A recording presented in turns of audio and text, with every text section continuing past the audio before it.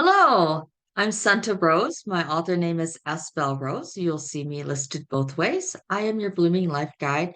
And today I want to talk a little bit about how to handle it if you get a message from a psychic reading from me or from somebody else that you don't like and or that is not the answer you wanted to hear. The other day I was doing a reading with someone and they were asking a very simple question. Should me and my husband do a certain thing? I'm not going to give you the details. And I pull the cards. Now, those of you who've watched my other videos will know that when I am pulling the cards, I'm putting my hands over the top of the cards and I'm checking to see if which ones get hot. So, though I fan them out on my desk and you can't see below, I'm just giving you an example. I just am running my hands over and I'm seeing which one is hot and I'm pulling the one that is hot. So that's how I handle it. And if you get a result that you don't like for example, the one I happen to pull would be a card that somebody might not want to see. And, this looks like a heartbreak. Looks like, some bad news. Happened to be that I was pulling a card deck that I love this deck all the time. It's Andrea from Lilac Lantern. And should my husband and I do this certain thing was the question. And I'm pulling my hands over it. And the first card that came out was no. It was blunt. It was no. And then the second card that came out was an upside down change. And another card that came out was something else that was also clear no. It was like all of them were no's. It was that they didn't want. And then she wanted to, like, obviously, it was a session where we were live. And she was able to follow up with, well, if like, why are they saying no? And what would be a better answer? It's one of those times where it's really better that it was, where they were there and they could ask me. If it's an email question, I will do it for you because that's how I am. If the answer to your question is no, I will ask on your behalf. I'll assume that you would ask, why no, and what would be better? Or what's a different path, or what's spirit advice about this. I would add those extra questions in an email reading because I would want you to get something useful other than no. One of the things that I want you to be aware of is that you have agency over your life. You choose the path that you take, and I'm sorry that I bumped the table. I'll be more still now. You choose it. So this is not what the question was, but if the question was, should we go to Disney World? And I get the answer no, and you want to go to Disney World anyway, go to Disney World.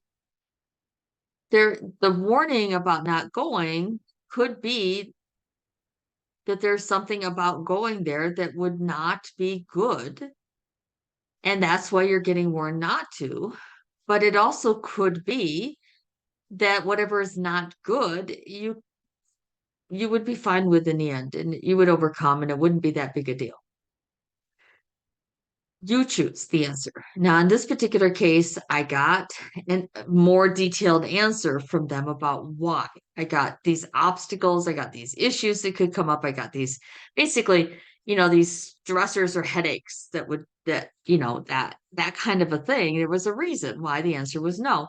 And then as I was trying to come up with, what's some other advice about the circumstance? And I got a blank card. Now, that deck, Andrea's deck, has basically a white card. It is completely blank. It's nothing on there.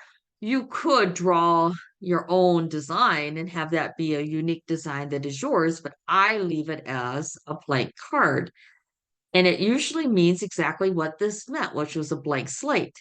Like, decide over again, make a different decision. And I was pulling from a different deck, not just from Andrea's deck. And I got some more clarity by pulling from a different deck about what to look for instead. And it ended up being, some pretty decent, good information that came to that person about that particular question. So if you were to get an answer from me that isn't probably what you want to hear, understand that number one, I'm not going to just take no for an answer. I'm going to ask if, why, not why no, and what's some more information. But I'm also going to be really clear about the fact that even if the answer from spirit is no, you still decide if you do it or not. You don't take just some answer and just live your life based upon that. I don't read the horoscope and decide what I'm going to do because of what the horoscope says. I make my own decisions in my life. And I want you to do the same thing. But getting insight can be really helpful. And sometimes getting the insight will point out something you hadn't thought of. And that's what happened in that particular reading. Understand that I'm one of those people who is very ethical about how I do my work. And that means that even if I don't like the answer, I still share it. I do ask for clarity so that maybe the answer can be a little less harsh or maybe a little more positive by the end of it because I like positive readings. I like uplifting readings. I would really prefer that all of them be happy and uplifting, but sometimes people's circumstances are that they go from horrible to a little better. Or maybe I get a message that somebody, needs to be prepared for a difficulty coming up. And I don't like that, but I have to give you the message if the spirit guides want you to get it. But you still decide. There was a comment on one of my videos about predicting the future that somebody said they didn't like that it sounded like I was full of gloom and doom. And I thought that was interesting because from my point of view, it wasn't gloom and doom at all. It was about a growing pains that we're all going to be going through because there's change and growth. But change and growth sometimes means discomfort. Just like when I'm working as a psychotherapist with somebody, I always warn them. Sometimes in psychotherapy, you don't feel better after a session. You might even feel a little worse sometimes because what we talked about in the session stirred up things. And it stirred up things that need our attention and need our focus. And it's important to periodically face some aspects of us that isn't the best. And that's the only way to change is if we can identify something that needs to be changed. Keep in mind that I have decades of experience working with criminals. I can assure you they did not always feel better at the end of our sessions. We had to face some pretty hard truths about some of the actions that they had done that harmed others. That's part of doing treatment with people who have harmed others and to try to prevent them from doing that more. And I think maybe because of that experience, I am not somebody who really is very, um, I guess I'm not careful to make sure everybody's always happy with what I say. I have learned to be okay with speaking what I know to be the truth with kindness and a good intentions on my part. And I'm okay if somebody really didn't like hearing it because I think sometimes we have to hear something we don't want to in order to get better. Most of the time, that's not how my readings go. Most of the time, my readings are about positive things, but and you end up leaving it going, I feel better. I feel like I'm more connected to my angels. I feel like I know how to say a prayer for a healing in a better way. Or they simply feel lighter and better because part of doing the work that I do with somebody is I'm looking at their energy because I do energy healing and I'm looking at it and I might, work with their guides and angels to remove things from their aura. And it's the other part about energy healing I want to bring up that's related to this is that when you start doing energy healing, sometimes you feel kind of crummy because you're shifting the energy. You don't always feel perfectly great afterward, but you end up feeling really good in a few hours or the next day or after a good sleep. So understand that it's not always happy and everything is wonderful when you work with me. Sometimes I'm facing the truth. And I'm not trying to soften everything I say. I am gentle and kind with what I say, but I also speak the truth. And if the card that I get is no, I hold it up and say, this is what I pulled. It said no. This is the upside down heart. It means no. This is the upside down change. It means no, not now.